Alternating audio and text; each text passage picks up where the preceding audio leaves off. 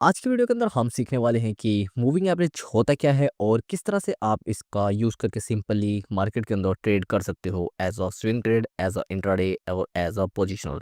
तो आज की वीडियो के अंदर देखेंगे हम स्विंग ट्रेडिंग के लिए किस तरह से इसका यूज़ कर सकते हो। तो लेट्स गो गाइस, वीडियो को शुरू करते हैं।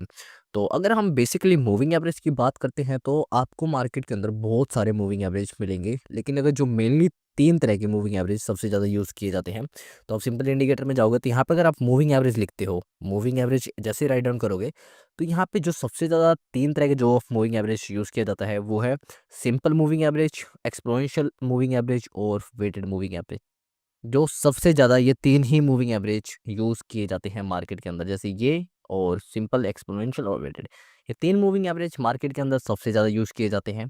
लेकिन इन होल टेक्निकल एनालिसिस जो सबसे पावरफुल मूविंग एवरेज माना जाता है, वो माना जाता है सिंपल मूविंग एवरेज, ठीक है? तो